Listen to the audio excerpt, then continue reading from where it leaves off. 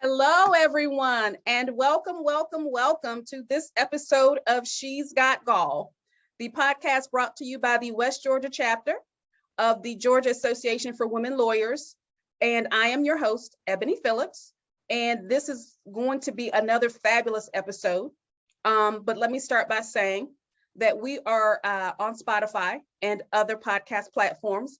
And if you're one of those people who would prefer to watch, you can also view this on YouTube, on the West Georgia GAWL YouTube channel. So take your preference.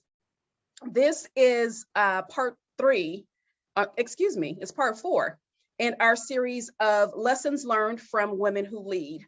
And just to give a little context to our conversation this evening, as we were doing our program planning for the membership year, we pitched out to our membership sort of, what is it that you would like to see? What is it that you would like to hear? What topics are important to you and meaningful to you? And we got a resounding, talk to us about leadership. Help us get to the next point in our careers. Help us get to the next place in our lives. Get some people on who've been where we're trying to go, and we want to listen to them. And so that's what we've done. And y'all are in for a treat tonight, because tonight we have attorney Christina Baugh joining me. And she is not only a fabulous attorney, but she is a partner at Barnes Thornburg, and her practice is comprised of a wide range of business litigation that includes intellectual property, shareholder disputes, officer liability, insurance coverage, tort claims, commercial litigation, employment litigation, and property disputes. And interestingly enough, although Christina is dynamic in the courtroom, she's an awesome litigator in that she has successfully represented clients in matters in state and federal court. And but the thing about Christina is that when that's not the best path to a client's goal, she is equally skilled in arbitration, settlement, and negotiation. Christina represents corporate and individual clients in a variety of commercial matters, and she routinely handles business disagreements among business partners and the transfer of ownership and management duties. She also helps address allegations of wrongdoing and officer or director liability. Christina is an attorney that advises on shareholder disputes and employment matters, along with insurance coverage matters. She regularly represents clients in disputes regarding their intellectual property rights. This would include patent, copyright, and trademark rights. Her clients are a wide range, from small family-owned companies to multi-billion-dollar corporations. She works very hard to ensure that her clients' rights are protected. She is a longtime Atlanta resident and lives inside the perimeter, and enjoys running, visiting local attractions, and attending local festivals. Christina is a leader in our community. She is currently the president of the Atlanta Bar Association. She is a former president of the Georgia Association for Women Lawyers. She's vice president of the Federal Bar Association, the Atlanta chapter. She's a member and former chair of the litigation section of the Atlanta Bar Association. Christina has also served as the foundation president for the Georgia Association for Women Lawyers. She's a master in executive committee on the Lamar Inn of Court, a former barrister at the Blakely Inn of Court. The list goes on and on. She's in Junior League of Atlanta. She volunteers for Everybody Wins. And recently, in 2021, she received the Leading Lady Award for the Georgia Association of Women Lawyers. Christina got her bachelor's degree from Emory University, and she is a graduate of the University of Georgia School of Law. Go Dogs. And so we're very, very thrilled to have her here. So please help me welcome attorney Christina Baugh, who is a partner, my words got tangled there, at her law firm, which is Barnes and Thornburg. Hey, Christina. Hi. It's always a little nerve-wracking hearing your bio read, where you're like, goodness gracious, I hope whatever source they pulled that from is updated. Listen, you are amazing, and definitely a leader in our community. And I'm so glad that you accepted the invitation to come today. I feel like it's been so long since I've seen you. I have a friend who lives in Washington, Georgia, and notice I say Washington, Georgia, not DC, who in an occasion such as this, where you haven't seen somebody in a long time, she'd say, I haven't seen you in a month of Sundays. And I'd be like, the first time she said it, I'm like, a month of, wait, hold on, say that part again. And she's like, no, Ebony, that means I haven't seen you in a long time. It's been a whole month worth of Sundays since I've seen you. So I am delighted that you accepted our invitation. And I thought that perhaps we could start with something that I consider to be maybe a broad question, since we're talking about leadership, Okay. because it's obvious you are not a novice in this area. I mean, just listening to your bio, we know that you're not. But what I thought a broad question would be to kind of dip our toe in the conversation. We throw around the word leader and leadership a lot. I feel like just as a society we do. So and so is a leader. This person has great leadership ability, so on and so forth. But then I got thinking, as you know, we were kind of trying to put this series together. Maybe leadership means different things to different people, right? What is leadership to you? What does that really mean to you? So I think you're right. First off, I think that the word is used in many different contexts and therefore could mean several different things. But I think to me, leadership is really mainly about motivation, right? I mean, you cannot force a person to do anything, really. And so the best you can do is motivate them, right? And that can take on many different forms and look different depending on the context, right?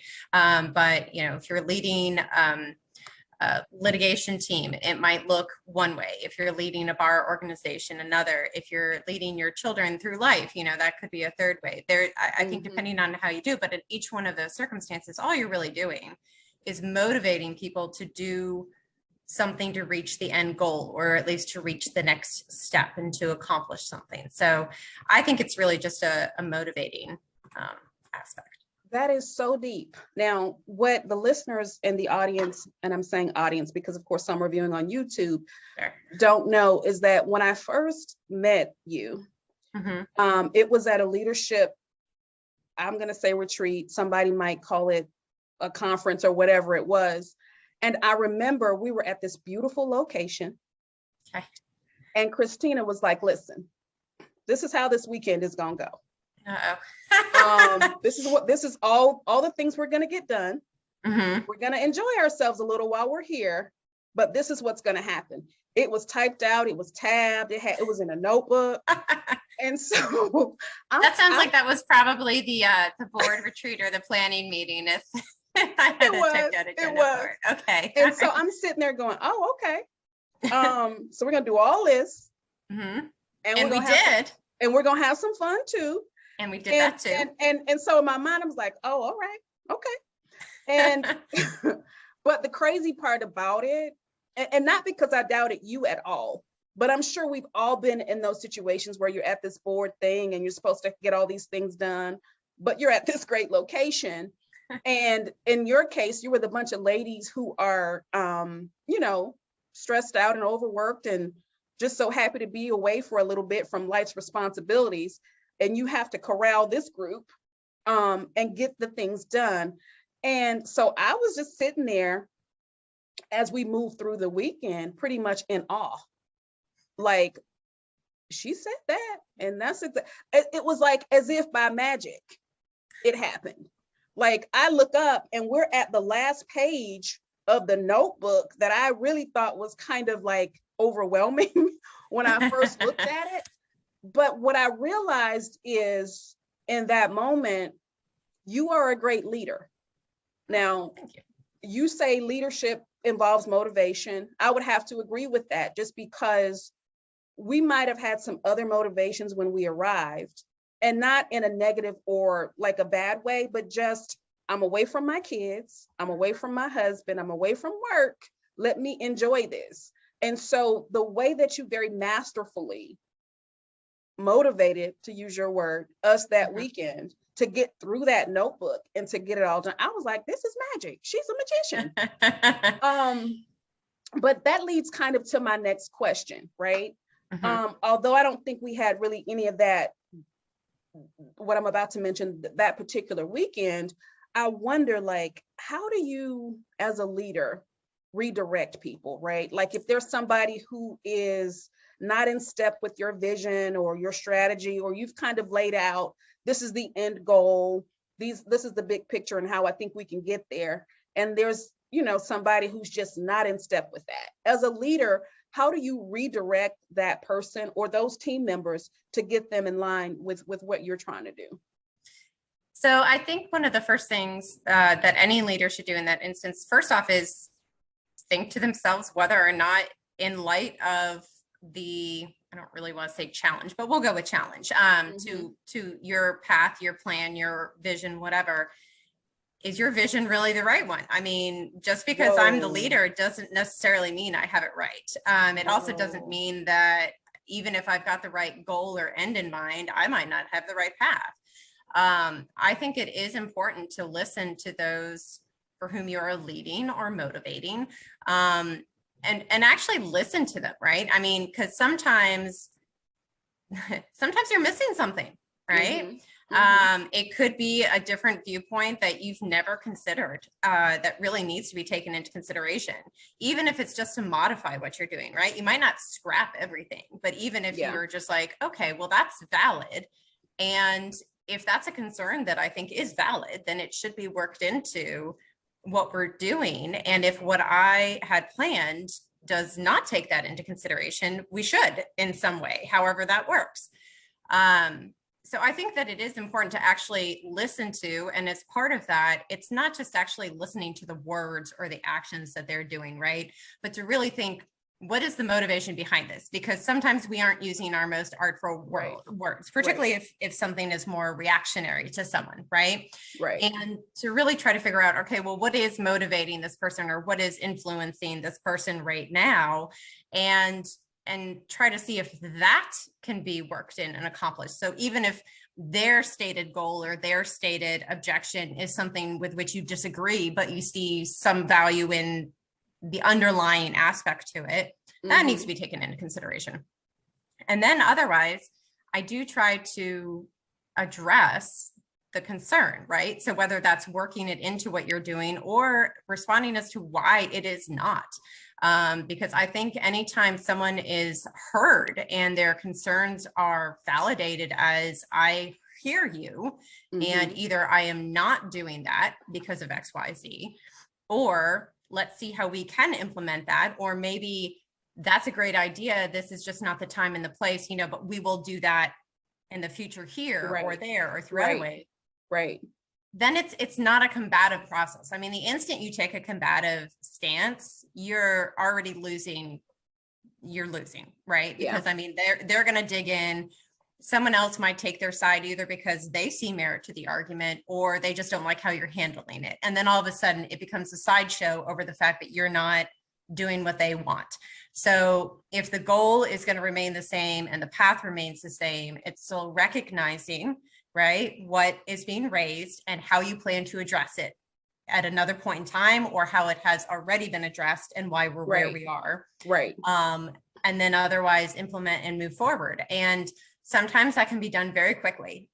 Sometimes it might take a little more time. And if it takes a little more time, but I still think the end goal and path is the right one for right now, I think you just acknowledge that, to say that that's a valid concern, and we're going to have to look into that, and we're going to address that. And I suggest that you and I talk offline, or that we set up a meeting in the next weeks. Not that, oh yeah, let's grab lunch sometime where everyone knows you're being blown off, right? But a legitimate, like, let's schedule something in 2 weeks, at our next board meeting or the next time we're meeting. Let's have that be an agenda issue. I'd like you to pull the following information so we can all come and be educated on this topic, so that we know what we're talking about and not just in the abstract.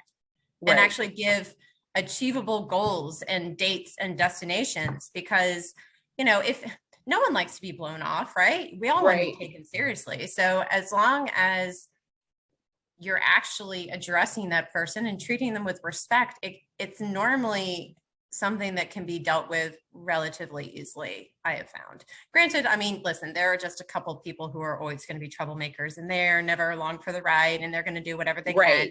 Right. And at that point, you just essentially have to show as much respect as possible. So again, you don't lose anyone else, right, to the antics on the side. And then you do your best to isolate and move the rest of the group forward, right? Which can be hard at times, depending on groups. And anytime you're dealing with a bunch of lawyers, you're going to get some strong personalities. But generally speaking, I don't think people want to be the troublemaker. So as if they're raising a concern, it's because they think it's a valid concern that needs to be addressed. And the least you can do is treat them with respect when you're addressing that. that is so powerful, that whole listening piece.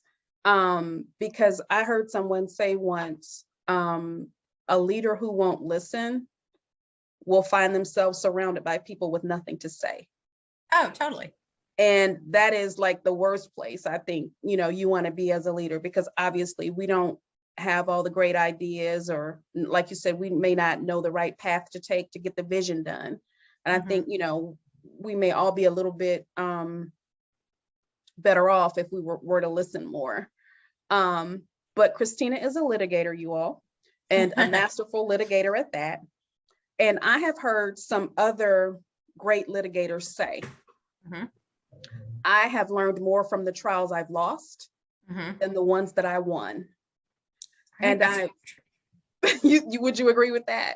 I mean, definitely from a trial strategy point. Yes. Yeah. They hurt more. They stay with you more. Yeah. And so I was thinking about that in a leadership context, right? Like, you're a partner, which is a mountain to climb, and you are to be, really commended for that. I'm so proud to be able to say, yeah, you're a partner. That's not light work. That's a heavy lift. But I would imagine that you didn't make partner without having to lead various groups of people, number one. And I would also imagine that there may have been some missteps along the way. And then just following that same kind of trial quote we were talking about, can you share with our audience sort of some of the missteps that you made along the way, and what they taught you about leadership? Sure. So yes, I mean, I definitely think whether it's in litigation or just in life, I think most people learn more from their mistakes or their failures than they do from their successes, if for no other reason than when you succeed, you oftentimes don't stop to take time to consider why you succeeded, right? Like we're less likely to evaluate what about that made it successful. Why did I win that one? Or why did that happen? We just sort of made the assumption, well, what I did was right, and you don't think, was there anything I could have done better? When you don't achieve your results, you overanalyze it for the next forever. Right. Right. and you rethink every step along the way. And what if I had done that one differently? Or what if I did this differently? I mean, some of them, point blank where it went wrong. Other times, you really have to think about, well, was that the wrong step? Or was it cumulative? Or, frankly, in litigation, at times, there's only so much you can do, right? I mean, I didn't make the underlying facts. I didn't make the law. I'm still working on law, according to Christina. And about the time I get enough buy-in, then I can change that. But for right now, I don't control the state of the law, and I don't control the underlying facts. All I control is the narrative around it, right? The storyline. Right. And of course, also doing your best to counsel your client as to, this is the likely outcome, these are your chances, but they ultimately make the decisions, right? I mean, you can be sitting behind the scenes going, this needs to settle. And they're like, nope, we're going to trial. And you're like, all right, well, I've told you what I think the outcome's going to be, and here we go. We'll do our best, Right. So yeah, I mean, there are times where you lost, but you also kind of knew you were going to lose. Doesn't necessarily make it hurt less, but Right. still. And then same things in life, I mean, there are times where, the chance of success is relatively small, but it's one of those, the answer is always no, unless you ask, right? You can't expect to win if you don't play. I mean, all these little sayings that get thrown around, and they're right. So sometimes you have to take the chance, even if you know that you're not going to get there. And then you learn from the process, right? You learn, what were the steps that, now that I know that, how would I have done it differently? And I think being introspective in that regard and actually analyzing it and not blaming or shifting or, doing whatever, but actually looking at, what did I do? Was, in retrospect, was that the right thing? Could I have done more? All of that, I think, is relevant. I mean, we do that in every other aspect of our lives, right? Many of us competed in sports when we were younger, or still do it on the side. And, if you lost a game or didn't win a race or something, you thought about, well, what training could I have done differently? Right. It's no different in every other aspect of your life, right? When you don't get to where you wanted to be, you analyze, what did I do? Was it enough? What should I have changed? What would I do differently? You know, and some things are out of your control. If you show up to a race and you have the flu, again, there's not much you can do with that one, right? You're not going to win that one. Right. But that doesn't mean your training wasn't good, right? The moral of the story is hope to not have the flu next time.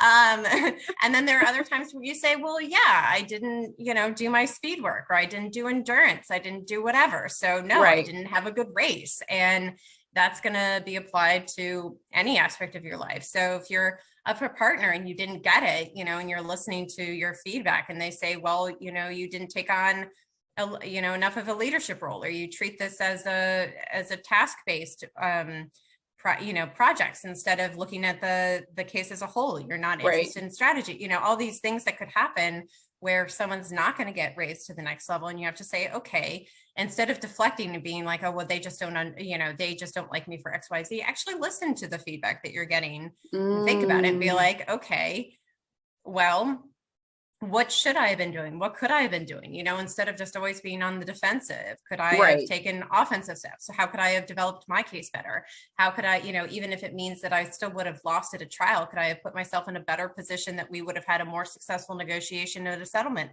conference? Could I have gotten it to where we could have gotten our client something or leveraged a better position earlier, knowing that we were going to lose at trial, but put enough fear in the hearts of the people on the other side that we could reach a settlement. It's figuring out, where did you not go right? What could you have done differently, and making those changes. And I think we get good at doing it in certain aspects of our life and then are afraid to do it in others. And we really just need to use the exact same skill set across the board. Right. I am going to go out on a limb. Okay. And say that you've probably had a mentor or two along the way. Do you find that as you have ascended to the level of partner, that mentorship is still important, or are you at a space where it's less important because you've ascended to that level? So I think, I've always sort of found the term mentor or mentorship a little, it's almost too rigid, I think, right? Because at least in my mind, when I think of a mentor, I think of like this formal relationship, right? Like this person who comes and takes you under their wing and tells you how life is. And I don't know if that actually exists, or if it does, if it would work. What I think is more likely is you have people around you who either are doing, have done, will do, or on the same path to do what you want to do. And I find it really useful to watch what they do and figure out whether any of that seems to work for me, right? Or even just, again, learning the whys behind it, right? Because if you learned, okay, well, they're doing that because they want to form this kind of relationship. Well, mimicking their exact behavior might not work for me. That might not be authentic. But if I'm like, okay, so the key here is relationships. Well, I can build relationships my own way, right? And then you do that kind of thing and you emulate it.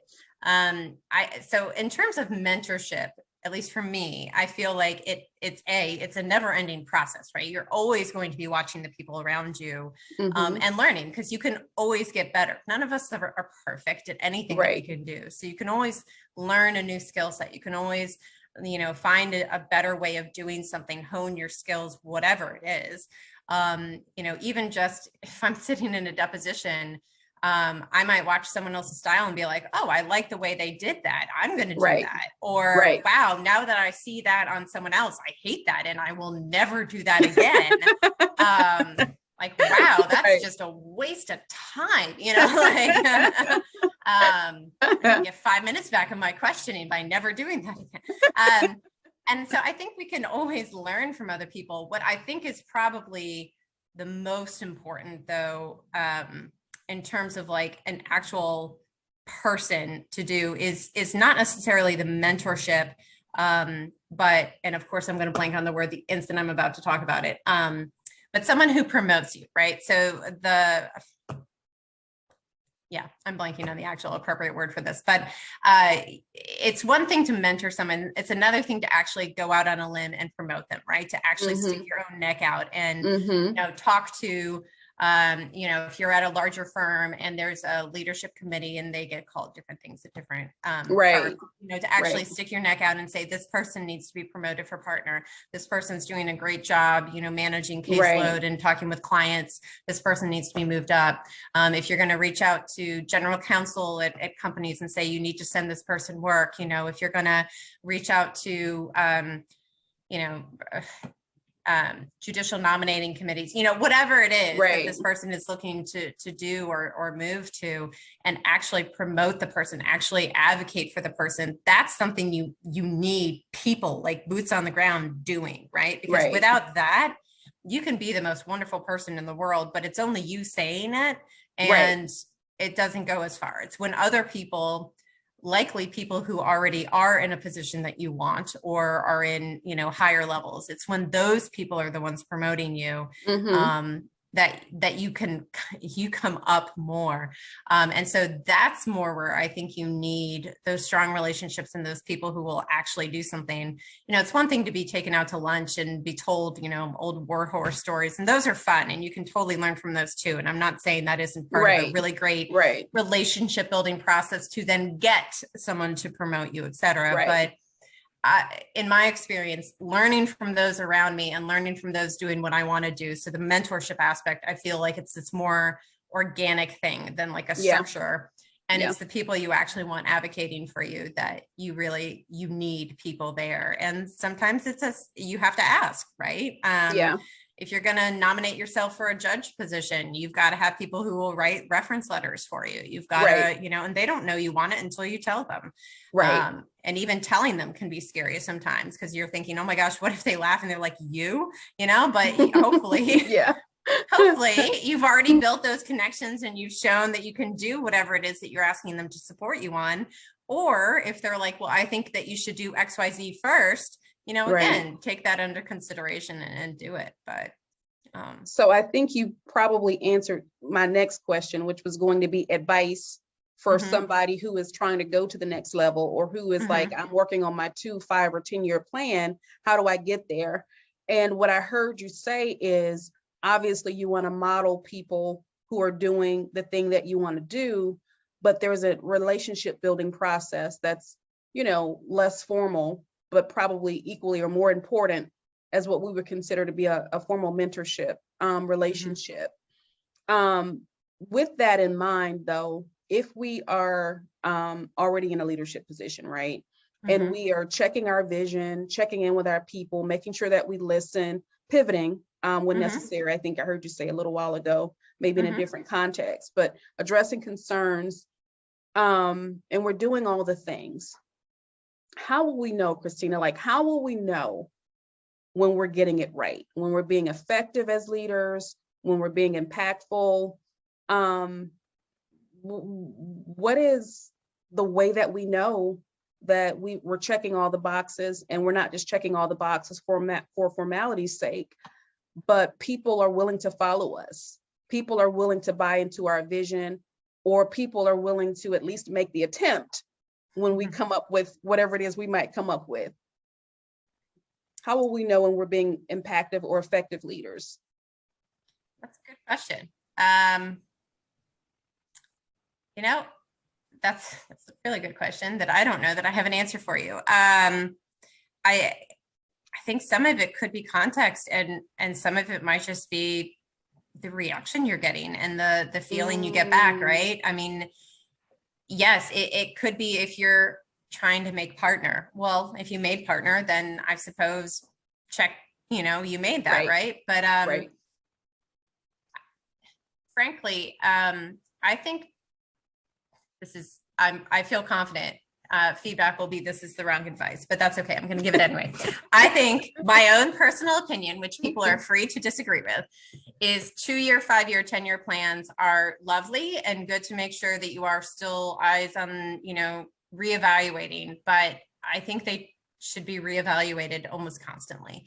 Mm. I mean, if you think about where we were 2 years ago, I mean, almost to the day 2 years ago, we were shutting down all GAWL programming. Right. So 2 years ago, before, so about 3 days before we shut everything down, what was your 2-year plan? And I bet it doesn't look anything like where you are right now. Right. Right. Right. We've had to change a bit.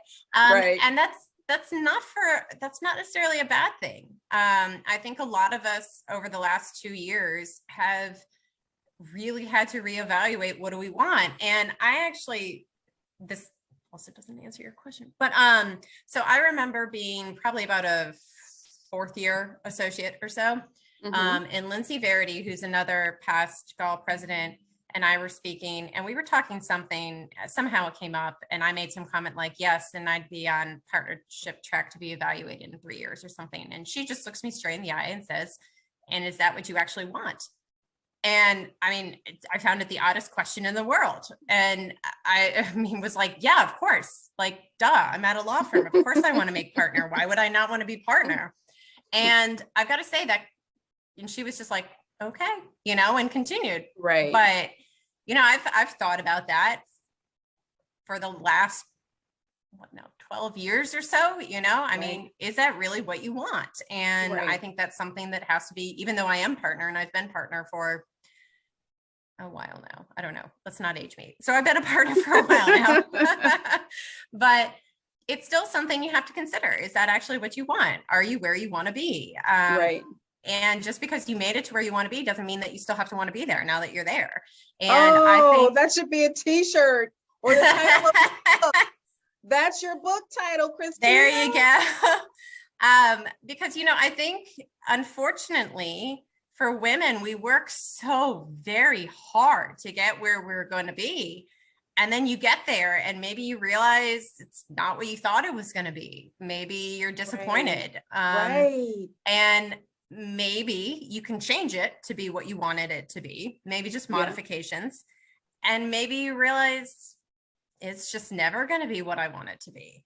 And I think we get shamed into realizing that, of ignoring it, because if you've worked so hard, very hard, to get where you are, and many of us balancing many things pulling us in different directions. Sure. And you get there and you realize it's not what you want. And you're like, but I've invested so much time and energy. And I told everyone I wanted to do this. And now I have it. And now I don't want it. Yeah. And then what? You know? And so I think those 2-year, 5-year, 10-year goals are great. But I think all they can really be is just a constantly evolving plan for, okay, if I still want this, this is my next step. These are the next things I need to grow on. And sometimes it can just be, well, these are skill sets I want to learn. Maybe it's not, oh, I've got to build my book of business to X dollar amount, or I have to go do X, Y, Z. So it might just be, I need to learn to make the ask. Because if I learn how to make the ask for business, maybe I can then make the ask for judicial contribution, maybe then I can make the ask for, I want to move in house, whatever it is. You've got to learn to make the ask. You have to learn to promote yourself. You have to learn to do whatever. So it's less, I've got to learn my perfect elevator speech now, that's the kind of thing I feel like I was told all the time growing up. Learn your elevator speech, learn how to do this. And it was more like, it's a task instead of, no, what you're learning to do is promote yourself. You're trying to unlearn all those skills you were taught as a little girl, that we don't promote ourselves. You don't toot your own horn. And so then when you're a professional and you're trying to do it and you feel stupid and awkward and wrong, and you have to unlearn all that, and that's really what you're trying to do. You're trying to unlearn the bad things you've been taught and learn the right goals and sets. And it's less, well, I need to learn to do my elevator speech so that in 5 years I've got this massive book of business and I'm, raking in the dough. It's more, I have to be able to promote myself. I have to see the value in myself so I can promote myself in whatever situation I am, wherever that may be. And I think the goal plans that we constantly hear about are to like check the box versus Yes. learn the skill. So to actually try to loop back to your question and actually try to answer that in some roundabout way, after rambling for a very long time to get there, I think the only way we can really figure out if we've effectively become the leader we want to be is less did we check the box of the actual end goal and more how did we get there? And did we learn the skill? Did we learn the thing that actually got us there? Which again can go back to what I was saying earlier of when you're successful, you don't consider how you got there. You don't evaluate yourself. Right. So if you keep moving forward and you're getting those 2-year, 5-year, 10-year goals, you're not evaluating, well, how did I actually get there? Did I actually learn the value of me so I could promote me? Or did I effectively just, I got lucky that 3 of my best law school friends became GCs and sent me work. Well, that didn't actually teach me anything, right? Good for me, super lucky, didn't learn a thing, and you're much better if you actually had to struggle to get there and you did have to learn what is my value. How do I promote myself? Now I got the work kind of thing. And so I think the only way we can ever really know if we're successful is really, did we actually learn anything along the way to actually get to the next step? Because if you learn it, you can apply it to any situation. If you just got lucky, then you got lucky. If you got lucky, you just got lucky. I love that. Yeah. I feel like that should also be a t-shirt. But I'll ask your permission first, you being a copyright and patent lawyer and all. I'm putting it out into the public space. It's all good. So one final question, and this has been so great. I'm so glad you came by. Not a question that I would ask necessarily, but you are a wealth of just information. And I'm talking pretty much any litigation topic, any leadership topic, any women's, like you could talk to Christina and feel like you have read an encyclopedia. Quite a very out of date version. Maybe. But what is some advice that you would give? And it doesn't have to be literally advice, but anything that you think would be of benefit to our audience that you'd like to share in closing. Just and it doesn't even have to be on tonight's topic. It can just be a Christina-ism, maybe. I think all too often, particularly anytime we're talking about leadership or, going to the next step, it is important to learn from those around us. But I think we need to learn, and it can be very hard for us because we have fewer direct examples, perhaps, than our male colleagues do. But we need to remember that our path is our path. It's no one else's path. So what works for one person is not going to work for another. It doesn't have to work for another. Going back to, Lindsay's question to me, you're not required to want the same thing as anybody else. Success may not look the same for anyone in the room, right? Right. You might reach partner and hate it. And so that's not a success. Someone else might get there and love it. That's a success. The best we can do is just keep evaluating for ourselves. What do I want? What is best for me? And I think that's come up a lot in my professional life. People say, oh, you have to do X, Y, Z to get there. Well, you really don't. If you think about all the people, who have ever gotten to whatever that stage is, they all had a very different path, a very different way there. There's no one way. I know that was something that came up a lot in parenting, when I was a new parent and people were like, oh, well, you've got to sleep train your children. Oh my God, my kids are barely sleep trained now and they're, elementary school aged.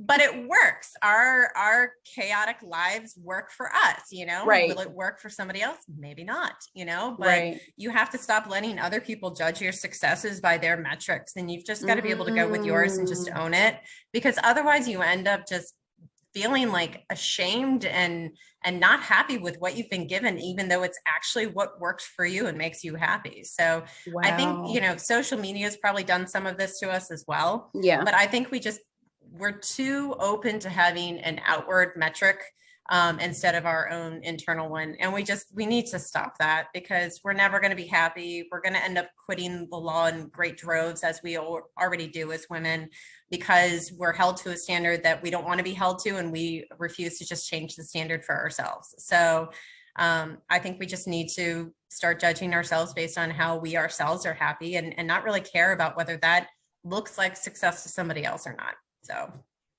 I feel like that is some of the most true statements that I've heard in a long time, especially regarding the practice of law and women in the practice of law. There's a tremendous amount of pressure.